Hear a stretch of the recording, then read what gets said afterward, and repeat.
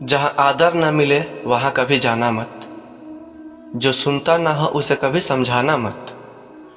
जो पचता नहीं उसे कभी खाना मत। और जो सत्य पर रूठ जाए उसे कभी मनाना मत। जय श्री कृष्ण। दोस्तों, भगवान श्री कृष्ण ने जो 5 बातें धनुर्धर अर्जुन को सिखाई थी, अगर आपने वो बातें सीख ली तो आपका जीवन बदल जाएगा। पहला, सबसे पहले अपने क्रोध को नियंत्रण करना सीखिए। दूसरा, अपने दिमाग को नियंत्रित करना सीखिए, कंट्रोल करना सीखिए। तीसरा, हमेशा सकारात्मक सोचना शुरू कीजिए। चौथा, काम करते चलिए, फल की चिंता उस पर छोड़ दीजिए। पांचवा, अपने आप को पहचानना शुरू कीजिए इससे पहले कि देरी हो जाए, जीवन की अंतिम श्वास आ जाए। जिसने बुरे समय में साथ दिया उस दोस्त का हमेशा कर्जदार रहो। जिसने बुरे समय में साथ दिया हो उस दोस्त का हमेशा कर्जदार रहो, वफादार रहो। वरना अंजाम की खबर तो कर्ण को भी थी, लेकिन दोस्ती निभाने की थी। जब जब दुनिया ने किया हमें निराश, जब जब दुनिया ने किया हमें निराश, तब तब कान्हा ने दिखाया हमें प्रकाश। जब जब दुनिया ने किया हमें निराश, तब तब कान्हा ने दिखाया हमें प्रकाश। उनके बिना तो ये जीवन अधूरा है, क्योंकि कृष्ण ही हमारे जीवन का है आधार। जय श्री कृष्ण। दोस्तों, भगवत गीता एक प्राचीन भारतीय ग्रंथ है जो महाभारत के भीष्म पर्व के अंतर्गत आता है। यह संवाद अर्जुन और भगवान श्री कृष्ण के बीच हुआ था, जब अर्जुन युद्ध के मैदान में अपना कर्तव्य को लेकर भ्रमित हो गए थे। भगवत गीता का यह संवाद 700 श्लोकों में प्रस्तुत किया गया है, जिसमें जीवन के विभिन्न पहलुओं, कर्तव्य, धर्म, कर्म और मोक्ष के बारे में गहन शिक्षाएं दी गई है।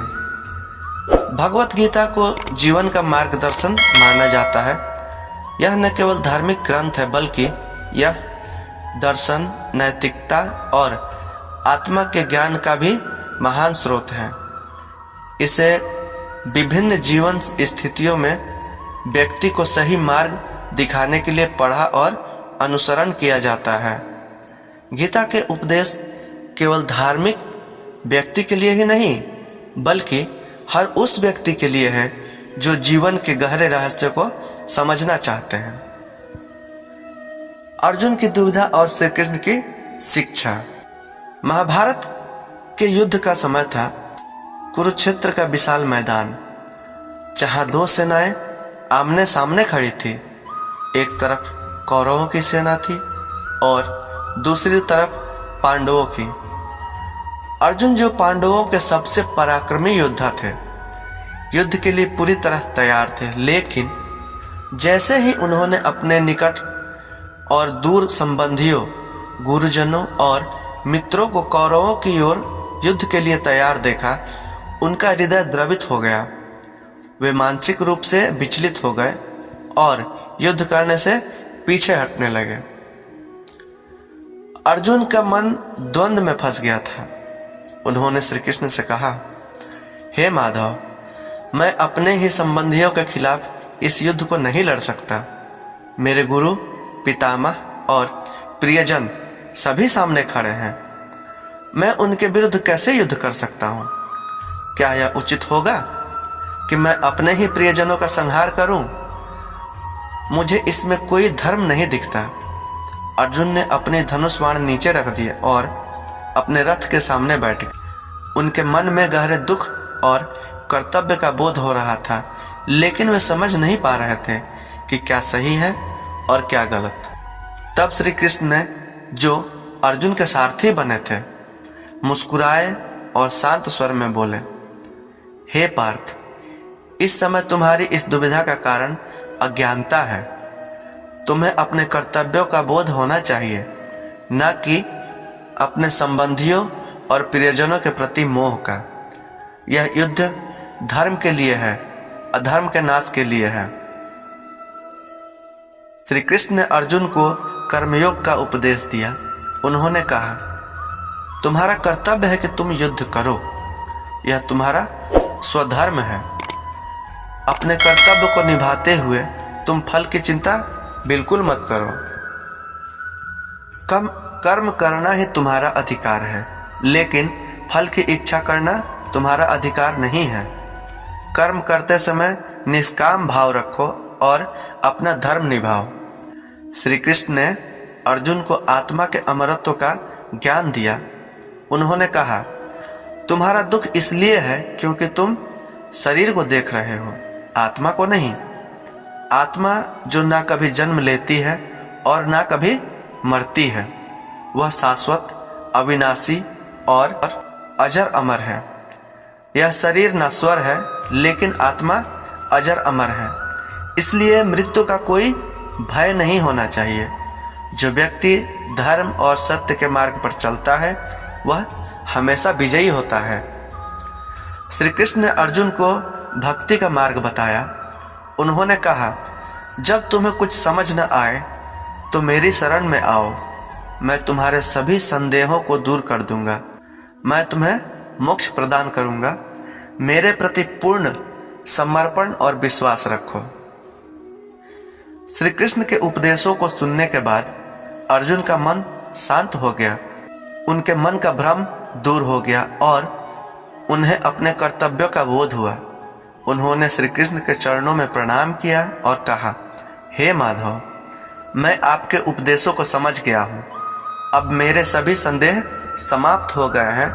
मैं अब अपने कर्तव्यों का पालन करूँगा। अर्जुन ने अपने धनुष उठाए और युद्ध के लिए तैयार हो गए।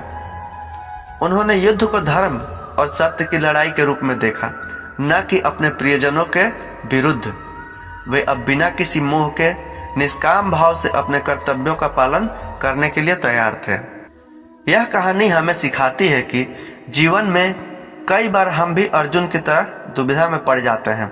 हमें लगता है कि हमारे प्रियजनों के खिलाफ कोई निर्णय लेना गलत होगा, लेकिन जब वह निर्णय धर्म और सत्य के पक्ष में हो तो उसे लेना ही उचित होता है। श्री कृष्ण का उपदेश हमें बताता है कि जीवन में कर्तव्य का पालन सबसे महत्वपूर्ण है और हमें फल की चिंता किए बिना निष्काम भाव से अपने कर्तव्यों का पालन करना चाहिए।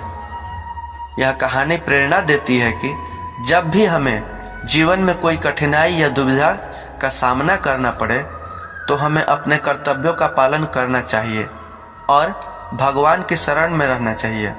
भगवान हमेशा हमारे मार्ग को प्रशस्त करेंगे और हमें सही दिशा दिखाएंगे। कर्म का फल। यह एक छोटी सी कहानी है। गंगा नदी के किनारे स्थित एक छोटे से गांव में रामू नामक एक किसान रहता था। रामू, जो मेहनती और ईमानदार व्यक्ति था, वह रोज सुबह जल्दी उठकर अपने खेतों में काम करता था और शाम को घर लौटता था। उसके पास जमीन का एक छोटा सा टुकड़ा था जिस पर वह खेती करता था। रामू की पत्नी और 2 छोटे बच्चे थे जो उससे बेहद प्रेम करते थे। हालांकि रामू के पास बहुत धन नहीं था, फिर भी वह संतुष्ट और खुशहाल जीवन जीता था। एक दिन रामू के खेत में एक बड़ी समस्या आ गई। बारिश न होने की वजह से उसकी फसल सूखने लगी। उसके खेतों में फसल उगना बंद हो गई और उसका परिवार भूखमरी की कगार पर पहुंच गया। रामू दिन रात चिंतित रहता था। उसकी मेहनत बर्बाद हो रही थी और उसका परिवार भी संकट में था। गांव के बाकी किसान भी इस सूखे की चपेट में आ गए थे, लेकिन रामू की स्थिति सबसे अधिक खराब थी क्योंकि उसके पास कोई अन्य साधन नहीं था। एक दिन गांव के पास के जंगल से एक साधु महाराज गांव में आए। साधु महाराज ने रामू को देखकर उसके दुख का कारण समझ लिया। उन्होंने रामू से कहा, बेटा, तुम इतने दुखी क्यों हो? जीवन में सुख दुख तो आते रहते हैं। रामू ने साधु महाराज को अपनी सारी समस्याएं बताई और कहा, महाराज, मैंने हमेशा ईमानदारी से काम किया है, फिर भी मुझे इस प्रकार की समस्या का सामना क्यों करना पड़ रहा है? क्या भगवान ने मेरे साथ अन्याय किया है? साधु महाराज ने मुस्कुराते हुए कहा, बेटा, भगवान किसी के साथ अन्याय नहीं करते। वे केवल वही देते हैं जो हम अपने कर्मों से कमाते हैं। लेकिन याद रखो, हर समस्या का समाधान भी होता है और कर्म कभी व्यर्थ नहीं जाते। साधु महाराज ने रामू को भगवत गीता के कुछ उपदेश सुनाए। उन्होंने कहा, भगवान श्री कृष्ण ने अर्जुन को कहा था कि हमें अपने कर्म करने चाहिए, लेकिन उनके फल की चिंता नहीं करनी चाहिए। फल का निर्णय भगवान के हाथ में होता है। हमारा काम है पूरी निष्ठा और ईमानदारी से अपना कर्तव्य निभाना।